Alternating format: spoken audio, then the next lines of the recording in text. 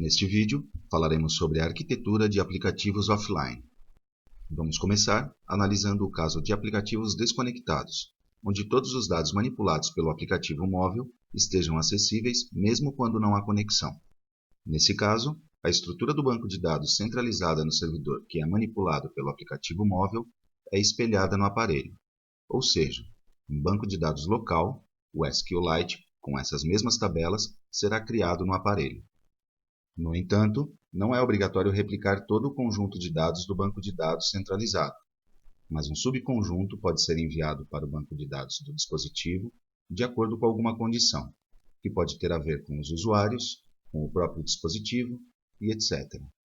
Ou seja, existem mecanismos para especificar filtros nos dados a serem enviados para o banco de dados local. E nem todas as tabelas serão incluídas, apenas as necessárias. Tudo isso veremos mais adiante quando estudarmos o objeto Offline Database. Em aplicativos offline, além de ter o banco de dados local, é necessário levar também todos os programas, Data Providers e Business Components que foram usados para obter as informações do banco de dados central. E agora devem ser programados na linguagem nativa de Smart Devices, de forma que acessem o banco de dados local. De agora em diante, se houver uma conexão ou não, o aplicativo sempre trabalhará com o banco de dados local. O aplicativo no aparelho não acessará o servidor, exceto para sincronizar os dados de ambos os bancos de dados, o que será feito graças aos programas de sincronização que serão executados no aparelho e usarão os serviços REST no lado do servidor. Esses processos sempre serão iniciados no dispositivo para enviar ou receber dados do servidor.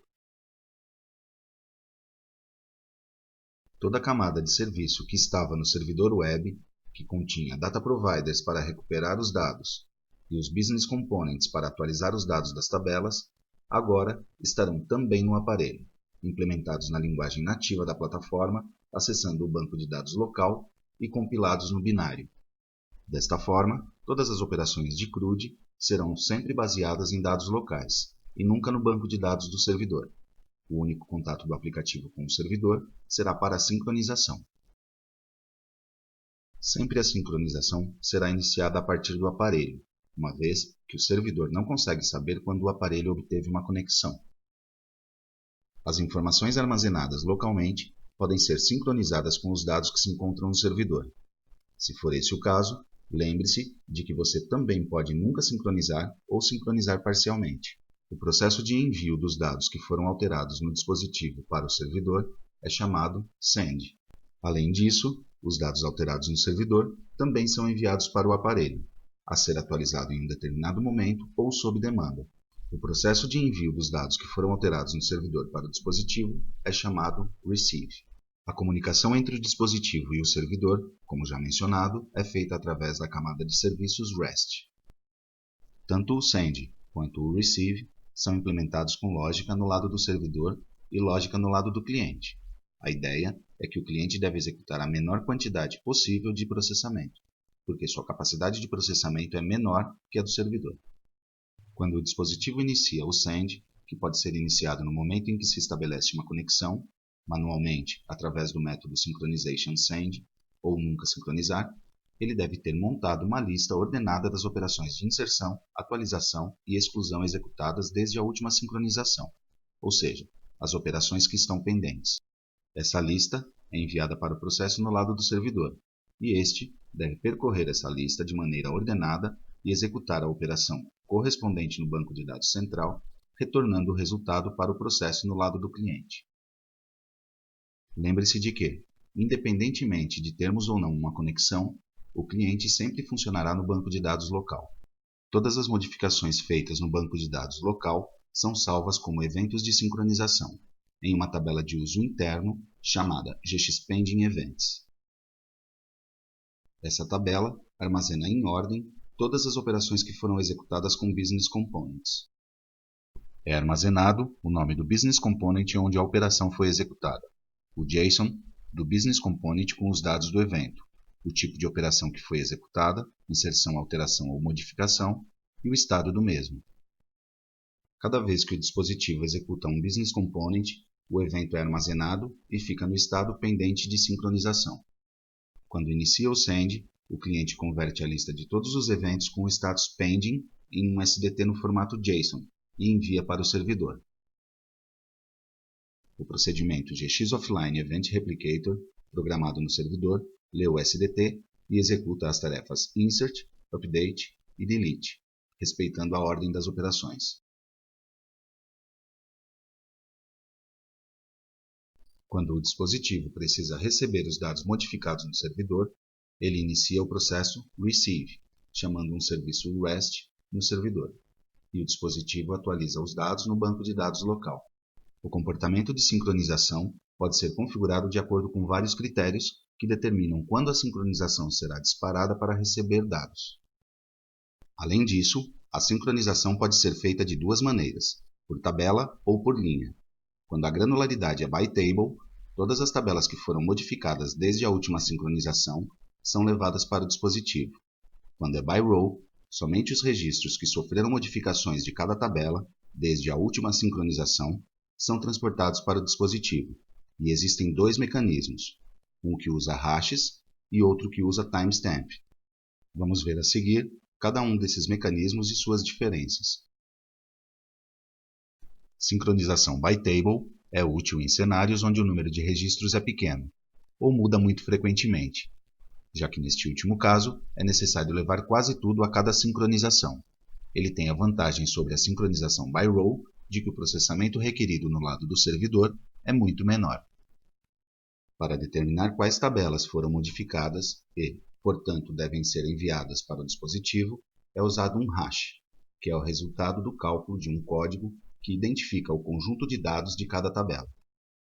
Quando um cliente pede para sincronizar, os hashes de cada tabela são enviados para o servidor, os quais foram enviados pelo servidor na sincronização anterior. Então, para cada tabela, o servidor calcula um novo hash com os dados atuais. Em seguida, compara os hashes com os atuais e, finalmente, envia os dados das tabelas quando identifica que sofreram alterações.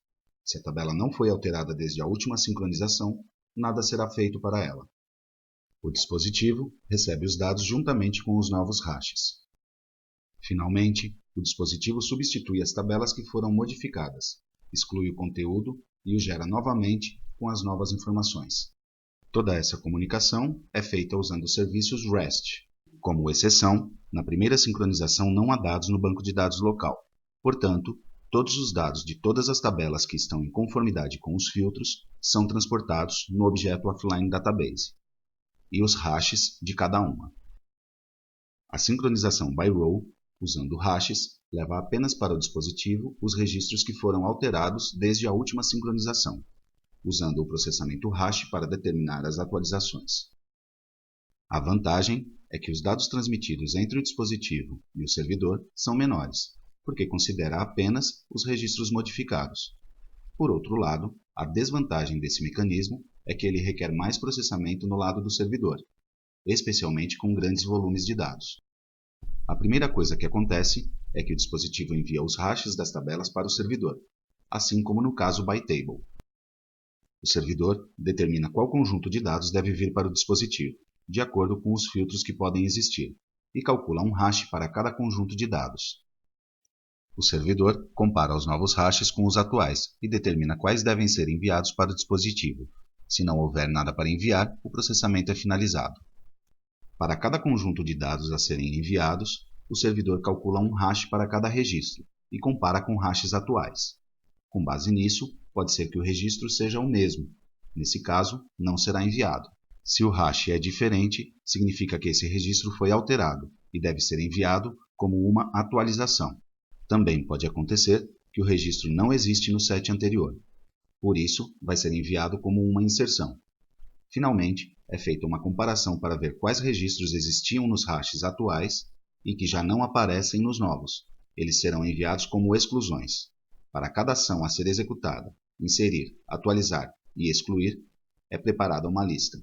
O servidor envia as listas com os novos dados para o dispositivo.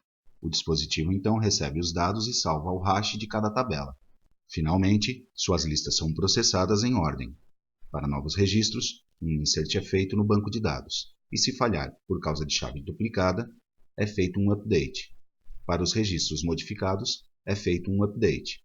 E se o registro não existir, é feito um insert. É feito um delete para os registros excluídos. Vamos ver o mecanismo byRow usando o timestamp.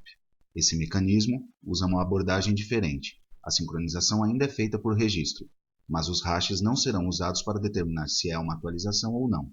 Em vez disso, serão usadas a data de atualização e a marca de eliminação lógica. Por essa razão, para usar este mecanismo, devemos indicar para cada nível de uma transação qual atributo irá conter a exclusão lógica e qual irá conter a data e a hora da última modificação. Usando esse mecanismo, a primeira vez que o servidor for sincronizado, enviará todos os dados que atendem às condições, juntamente com o registro de data e hora da sincronização. O dispositivo armazenará o timestamp, que será usado nas sincronizações posteriores. Então, antes de cada nova sincronização, o dispositivo envia o timestamp da última sincronização, o servidor compara o timestamp recebido do dispositivo com o de cada registro usando o atributo de cada tabela. Todos os registros que foram adicionados ou inseridos após o registro de data e hora do dispositivo são adicionados a uma lista. Para determinar a ação a ser realizada em cada registro, será avaliado se o registro foi excluído, usando o atributo com a flag de eliminação lógica. Se afirmativo, esse registro é marcado como uma exclusão que deve ser enviada para o dispositivo. O restante dos registros é marcado como atualização. O dispositivo irá realizar um upsert, ou seja, vai atualizar se o registro existir, caso contrário, ele é inserido. Toda essa informação é enviada para o dispositivo. O dispositivo recebe os dados. Executa as operações. E atualiza o timestamp. As desvantagens desse mecanismo é que o desenvolvedor é responsável por manter o registro de data e hora e a marca de eliminação lógica, e não podemos usar a exclusão física de registros nessas tabelas. Este mecanismo pode ser usado em conjunto com o anterior, byRow using hashes. Vamos rever os mecanismos de sincronização que acabamos de estudar. Em relação à sincronização by table, o que acontecerá é que quando o servidor identifica que uma tabela foi modificada, essa tabela será enviada para o dispositivo e lá será substituída completamente. Para determinar as tabelas, será usado um hash para cada tabela e para cada dispositivo. Quando esse mecanismo é útil? Por exemplo, quando nossas tabelas são pequenas, ou quando a maioria dos registros muda constantemente. É preferível fazer dessa maneira. Por exemplo, poderíamos usar em um aplicativo móvel interno, onde os vendedores têm uma lista de clientes para visitar, e a lista muda a cada dia. Hoje é uma lista e amanhã é outra, completamente diferente. Qual é a desvantagem dessa opção? Quando as tabelas são muito grandes, porque o tráfego de dados será considerável. Também não é aconselhável nos casos em que a aplicação será em uso geral e externo, quando são publicadas na loja. Se toda vez que for sincronizar, todos os dados forem enviados, a experiência do usuário não será muito boa. Bem, para evitar esses casos, é que temos a sincronização por registros. Aqui temos duas opções, usando hashes ou timestamp. Vamos ver a primeira opção. Nesse caso, o servidor determinará, de acordo com os hashes que serão calculados para cada conjunto de dados e para cada registro, quais devem ser enviados para cada dispositivo. Então, apenas as alterações serão enviadas, apenas os registros que foram modificados. A vantagem é que o tráfego de dados é consideravelmente reduzido, a menos que um grande volume de dados seja constantemente modificado. Voltando ao exemplo anterior, em vez de recebermos toda a tabela de clientes, receberemos apenas aqueles que sofreram alguma modificação. Suponha que só iremos receber clientes ativos. Então, o dispositivo tem o hash da última sincronização e, quando quer sincronizar, envia esse hash para o servidor, que recalcula um hash para os clientes ativos e compara-o com o que foi enviado pelo dispositivo. Se forem diferentes, o servidor irá gerar um hash para cada registro dessa consulta e irá compará-los com os anteriores. Assim, poderá determinar exatamente o que foi adicionado, modificado ou excluído. Esta é a opção padrão ao criar um aplicativo offline. Esse método também é útil quando a conexão não é muito boa, pois temos menos tráfego. Como uma desvantagem, teremos que exigir muito mais processamento no lado do servidor, e não seria aconselhável no caso de termos grandes volumes de dados que são constantemente modificados. Vamos supor que, neste caso, temos em nosso sistema uma tabela com milhares de produtos que queremos alimentar em cada dispositivo. Também temos centenas de usuários. Sincronizando por tabela não seria adequado, uma vez que é uma tabela com uma grande quantidade de dados. E sincronizar por registro, utilizando o hash, pode não ser a solução, já que para poder determinar quais registros devem ser enviados para cada dispositivo, é preciso calcular e comparar o hash de cada um dos milhares de produtos que temos. Isso, somado à concorrência de muitos usuários simultâneos, pode gerar um problema de processamento do lado do servidor. Então, nenhuma opção é ótima. Vamos ver então a terceira opção, que é usar timestamp. O que conseguimos utilizando o timestamp é manter a transferência de dados ao mínimo, apenas os registros modificados, mas, ao mesmo tempo, envolvendo menos processamento do lado do servidor, uma vez que já não tem que calcular os hashes para cada consulta, mas é possível determinar quais foram pela data e hora da última modificação e pela flag de eliminação lógica. Aqui, precisamos manter esses dois atributos adicionais, a flag de eliminação lógica e a data e hora da última modificação. O bom é que muitos sistemas já implementam esses dados em cada registro. A desvantagem desse mecanismo é que é responsabilidade do desenvolvedor manter esses dois atributos, algo que pode ser complexo quando há muitos sistemas diferentes envolvidos. Também podemos ter uma mistura entre os dois últimos mecanismos, se usarmos by row e em uma transação não configurarmos os atributos de data e hora e a eliminação lógica, usando hashes. Com isso, terminamos o tópico. No próximo vídeo, estudaremos o objeto Offline Database e configuraremos nosso aplicativo para trabalhar offline.